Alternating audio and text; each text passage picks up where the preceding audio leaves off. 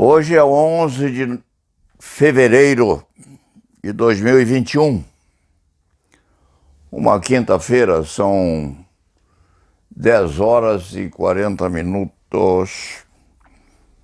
O escriba começa mais ou menos tarde a fazer o retrato da manhã porque foi vacinar-se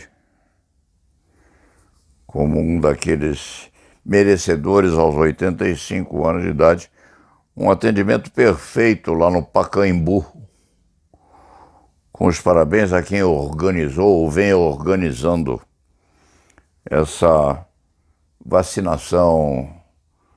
Vacinou-se em 20 minutos, 3 filas, entrando no estádio com barraquinhas muito bem postas, com uma atenção muito educada, que no fim das contas foi uma dedicação como aquela que aconteceu ao escriba quando foi crismado em criança. A gente fica nervoso, sim, fica emocionado com esse comportamento. Dione foi vacinada ontem também com igual atenção, atendimento. Os parabéns deste antigo escrevente de direito penal e processo penal. O Estadão merece uma rápida olhada. A primeira página: faculdades devem ficar apenas no ensino remoto. Ou seja, aquele ensino online provocado pela pandemia. Este antigo criminalista, que já esteve muito intrometido no ensino jurídico, porque já ocupou cargos razoavelmente importantes na Ordem dos Advogados respeitantes ao assunto. Este antigo criminalista já avisou faz tempo de que essa questão correspondente ao ensino remoto precisa ser examinada com muito cuidado, porque com esta questão correspondente ao afastamento físico, as universidades ficam com muitos imóveis vazios com um custo muito elevado e sem aproveitamento, porque os estudantes, obviamente, não vão lá, precisam encurtar despesas. De repente, uma outra pode até transformar os estabelecimentos universitários em hotéis, bastando algumas adaptações que podem estar no exame de empresas contratadas a tanto. Enfim, os estudantes começam a assistir às aulas em casa, já estão a assisti-las faz tempo. E acontece também que os professores, os mestres que estão a ministrar aulas, falam para o vazio. É bom que nós percebamos essa característica, porque a manifestação para o vazio entristece muito o mestre, com algumas minúcias muito curiosas. Às vezes o professor precisa dar 3, 4 aulas seguidas sobre o mesmo assunto a turmas diferentes. E, no sentir de alguns eminentes professores, essa repetição também é muito nebulosa na destinação final, porque o mestre fala para ninguém. O aluno, quando quiser, aperta o botão, se quando a aula já foi gravada, e vê aquilo que deveria ter visto na aula presencial. É pena que isso aconteça, mas vai uma outra advertência, que este antigo fiscal dos comportamentos em sociedade já viu faz tempo, aliás, já advertiu quanto ao assunto. Com o desaparelhamento dos espaços físicos das faculdades ou universidades, uma ou outra, diga-se de passagem, porque o escriba não quer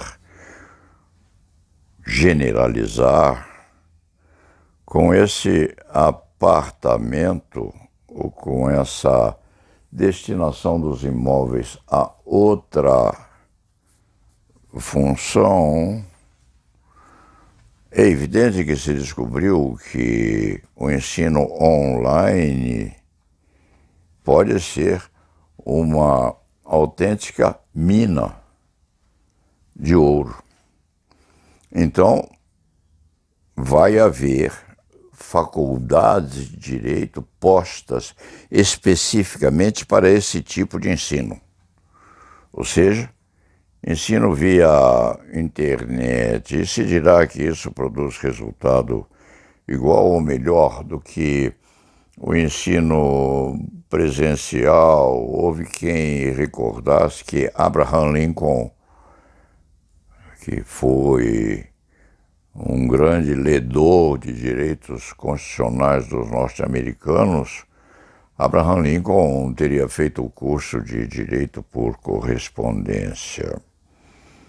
Se o exemplo é bom, o resultado hoje pode ser muito ruim, porque, embora o escriba não tenha aproximação com o Ministério da Educação respeitante a qualquer tema, porque hoje é um experienciador à distância, aquilo vai pulular muito proximamente de pedidos de registro de faculdade de direito online, etéreas, em que os professores falam para um buraco na tela do computador que não tem sequer um receptor do lado de lá, com as características peculiares ao tema, com abastardamento maior ainda no exame e no ensino do direito nas suas diversas capacitações.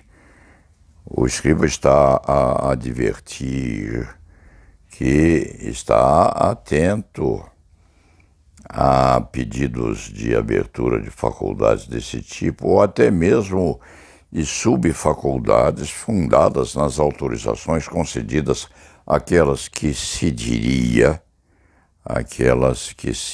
ou se afirmaria serem as titulares das autorizações ou da permissão à instalação no modo tradicional ou no modo clássico. O que se vê é uma porção de prédios de universidades fechados, com as portas encerradas e, por consequência, dando um furo no orçamento dessas instituições, obrigadas, então, a inventar. Tocante ao ensino à distância ou remoto, já se percebeu faz tempo que isso pode constituir uma boa possibilidade de reabsorção de alunos perdidos por aí, que ficam em casa, abrindo os computadores no momento em que quiserem fazê-lo. É bom prestar-se atenção a isso. Aliás, sem que haja qualquer ligação mais íntima entre uma ou outra particularidades tocante ao carnaval, que vem aí na segunda-feira. Não vai haver carnaval mais, não vai haver mais desfile, não? Tocante ao carnaval, ano passado, lá pelo mês antecedente a fevereiro, ou no próprio mês em que o carnaval se instalaria, este escriba fez comentário muito ácido a respeito dos desfiles que seriam postos a existir nas ruas paulistas, dizendo que isto vai complicar, em razão até do aglutinamento de pessoas naquele carnaval, com dezenas de banheiros públicos postos à disposição das centenas de pessoas que iriam satisfazer, evidentemente, as necessidades primárias da vida humana, numa tendência muito grande ao sacrifício da higiene indispensável, à manutenção do distanciamento adequado a que o vírus não viesse à superfície em hipóteses até muito razoáveis. O escriba publicou uma crônica respeitante ao assunto, com a mostra também dos banheiros públicos postos nas esquinas de São Paulo, etc, etc, etc. O povo bailou, cantou, pulou, divertiu-se, e veio depois a pandemia, que ainda está em vigor. Quando o escriba diz vai acontecer, acontece com certeza. Isso diz respeito às faculdades de Direito e ao ensino e estudo da ciência do direito no Brasil, que já está desmoralizada e há de ficar muito mais posta à indignidade e à apreciação negativa dos centenas de estabelecimentos de igual teor existentes no mundo que nos cerca. Para fim de conversa, o escriba deve dizer que vai deixar de comentar qualquer característica correspondente ao julgamento da suspeição ou não do ex-juiz Moro naqueles processos, ou naquele processo movido ao ex-presidente Lula. Não deve, não quer e não pode exercer qualquer apreciação mais íntima, respeitante ao tema. A propósito disto, o escriba se recorda de uma cirurgia dita de coração nas proximidades desse órgão vital, realizada no peito de criatura muito importante nessa nossa nação, com cirurgiões especializados agindo com seus bisturis de aço azulado no peito do paciente, à margem ou no entorno ou nas proximidades, muitos médicos emitindo opinião sobre a melhor forma de chegança ao coração do doente, a ponto de o cirurgião que estava a chefiar aquela intervenção cirúrgica, precisar sair e pedir aos companheiros que não se aproximassem ou que o deixassem manifestar o seu instrumental da forma mais adequada à provocação, porque aquilo podia, inclusive, enervar os partícipes diretos que precisavam ficar concentrados exatamente naquela atividade especializada. Essa questão correspondente ao ex-juiz Sérgio Moro é mais ou menos isto. O escriba tem muita vontade de meter a sua colher no assunto, mas não deve fazê-lo por respeito, inclusive, aos criminalistas que estão a interferir no assunto e precisam ter tranquilidade suficiente para poderem concentrar-se, independentemente dos jornalistas que metem num problema ou num assunto as suas colheres, nem sempre muito afiadas para a alimentação da provocação intelectual que a hipótese está a provocar. Com tal finalização, o escriba vai começar a trabalhar e vai publicar uma foto dele, humilde, paciente, sendo objeto de vacinação muito bem organizadinha no estádio do Pacaembu. O escriba ficou emocionado, sim, porque aquilo é um ato de determinação, de coragem e de obediência à ciência que está a presidir tal atividade médica no estado de São Paulo.